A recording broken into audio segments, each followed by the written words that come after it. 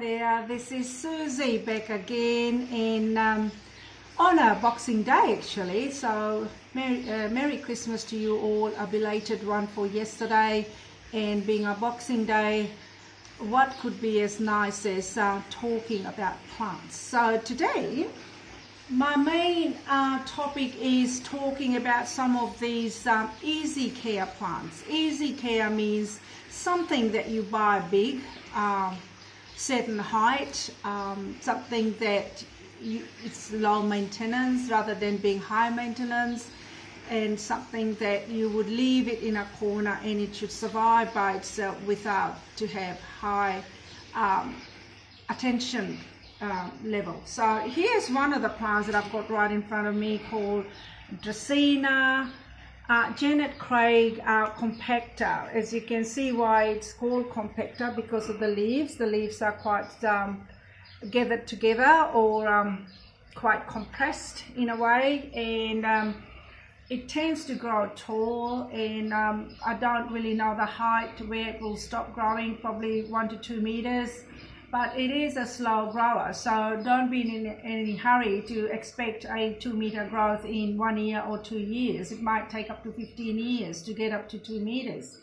And these Dracaenas are quite popular indoor plants. Doesn't matter whether they are variegated or just green leafy things, normal varieties. They all fall into one category of Dracaenas, and they are easy care plants. They don't require your watering every day or every second day, third day, fourth day. They will survive without water for weeks. And the Dracaena messingiana fragrance that I have, which is this one here, this particular one is quite a nice variegated leafy thing, and they really don't need that much of your attention with watering, caring, fertilizing and everything else. You buy them say either this size or up to 1 meter, you leave it in a corner and it should literally look after itself. So these are quite good ones to have in your home as an easy care plant. And the next one I have got here is a Philodendron Hope. Philodendron Hope is also quite a good plant, and it does not mind any form of temperature fluctuation or medium light, low light or high light, whatever, bright light. It will survive in any sort of light, similar to Dracaenas, because they don't really care about the environment all that much, similar to this. You can leave them indoors and let it do its thing and water maybe once a week or twice a month. I mean, it's a survivor. And this particular philodendron, the leaves will droop and it will let you know that I'm thirsty, please feed me. Other than that, you wouldn't really worry about keeping high maintenance on this particular plant either. So it also comes in my category of easy care plant is Philodendron Hope. From Philodendron Hope, we have got another quite an easy care plant, the umbrella plant. That's its common name. Scientifically or botanical name is Chaparrella amate.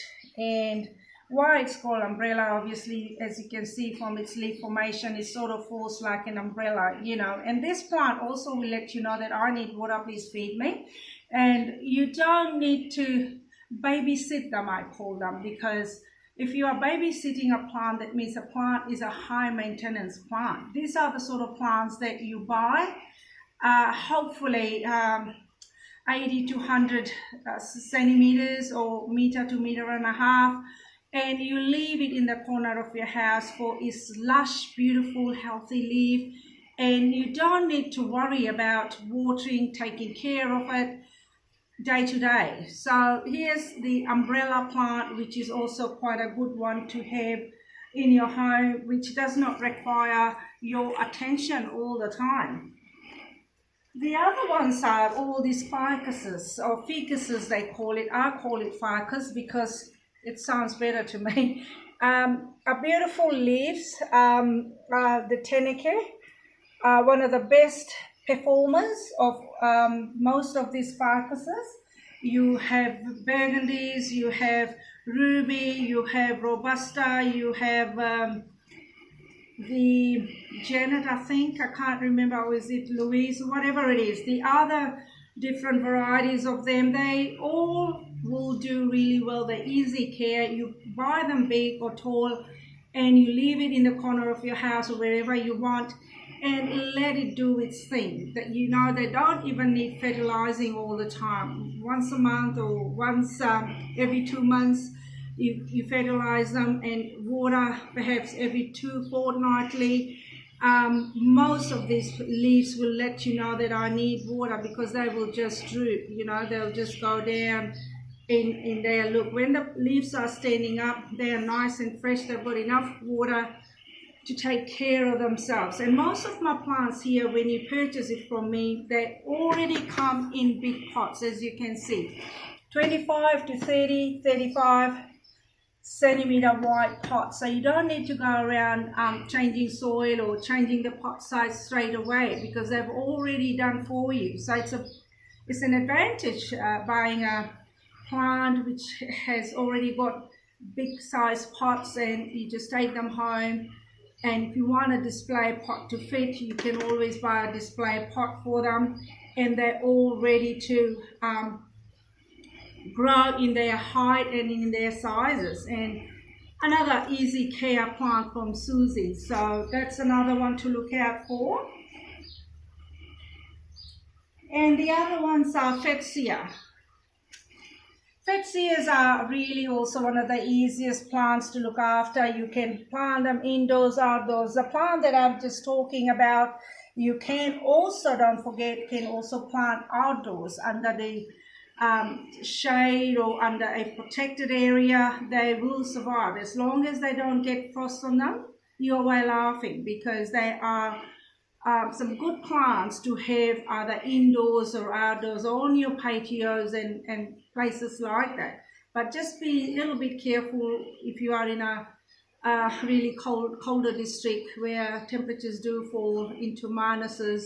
You need to be careful that they don't get leaf burns and they're not destroyed by getting frost onto them. Other than that, you know, buy them big. As I say, you only spend money once, and it might be a little bit more expensive than the tiny weeny plant, you know, like this sort of thing. I mean, these sort of things are a lot more high maintenance, you know, because they're tiny, they've got very soft leaves, and you'll be ever taking care of them nearly every day to make sure they are still alive. So whereas this particular plants, easy care, leave them somewhere, let it do its thing, let it look after itself. Coming from the Fatsia japonica, we have the Zanzibar gem. Who doesn't know about Zanzibar gem? I would believe that everyone in Australia would by now have got one of these Zanzibar gem. Zanzibar gem is a plant that does not like water. So there we go. How good is that?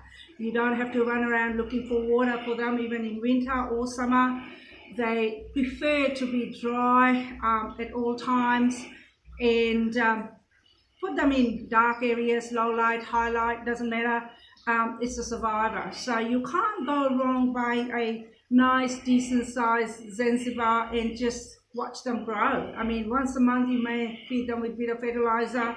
It's not, I wouldn't call it as a high maintenance plant. And, you know, they can grow up to a meter tall. So why not buy something that it doesn't require your attention all the time. Now, coming from all these easy care plants, there are a couple of things now on to talk about when you buy a plant that either cascades or like to climb up, or trailing plants. Here I have got a Swiss cheese plant. You know, this is, I've just twirled it around. It actually is growing quite long by itself, as you can see, you know, in this pot. And it didn't have one of these. So I just picked this stick out from my garden, and if you've got lots of trees around you, don't hesitate to cut a nice long stick like this, or if you've got a bamboo trees, get one of these long about a meter, meter and a half stick, and stick them in the soil like I have. And that's all I have done, and let this long thing and let it curl around the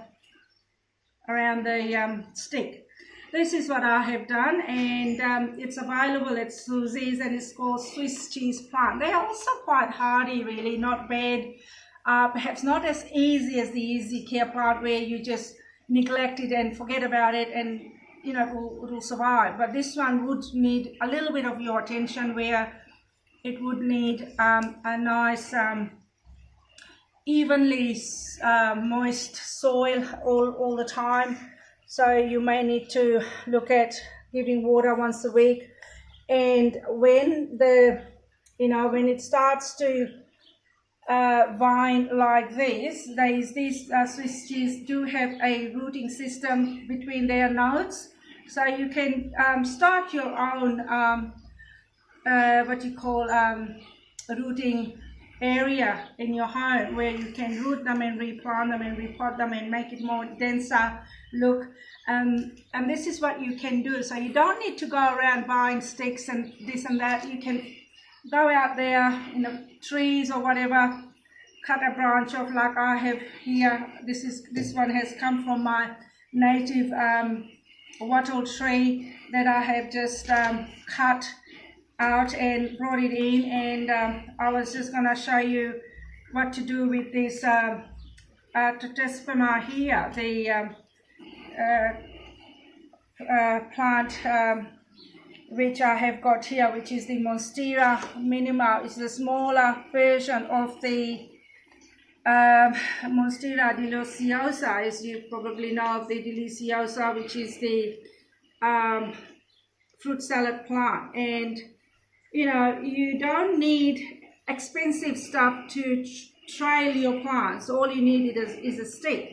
And if you're really very artistic, you can put a bit of sphagnum moss and tie it around with a bit of a string and things like that, and let it climb the way I am doing it. And here at Susie's Plants, we have got a lot of this Tratesperma, the philodendron.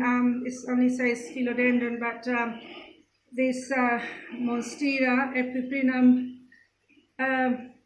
Tratesperma, philodendron Tratesperma, is quite a nice plant to have in your house, and it loves to climb. Now I've got a string that I have cut. You can tie it with a string that I am doing.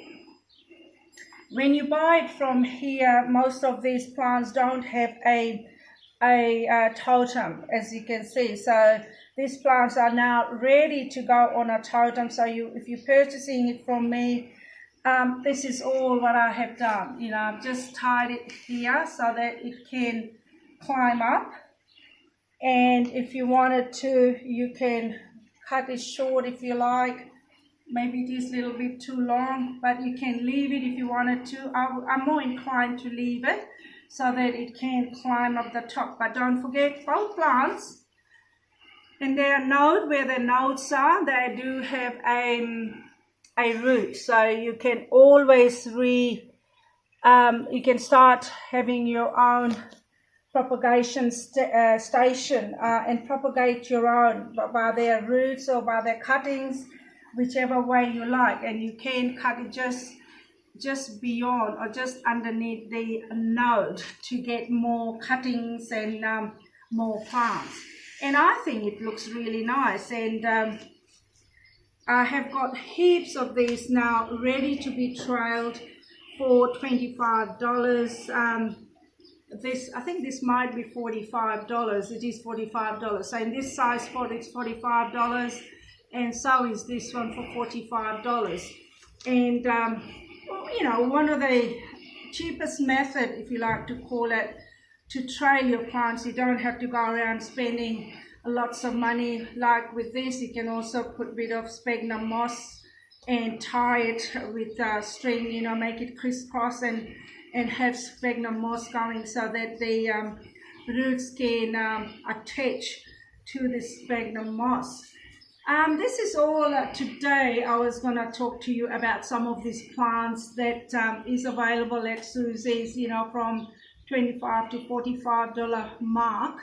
And don't forget, I've got hundreds of plants for sale, or I am selling from peace lily to hopes to devil's ivy to ripsalis to Hoyas, fiddle leaf, variegated chaparrallas, and lots of different types of calatheas and stuff. So I might talk about some of the more softer natured plants after this video, so you get some idea of some of the softer leaf stuff that needs a lot more care than some of these easy care plants.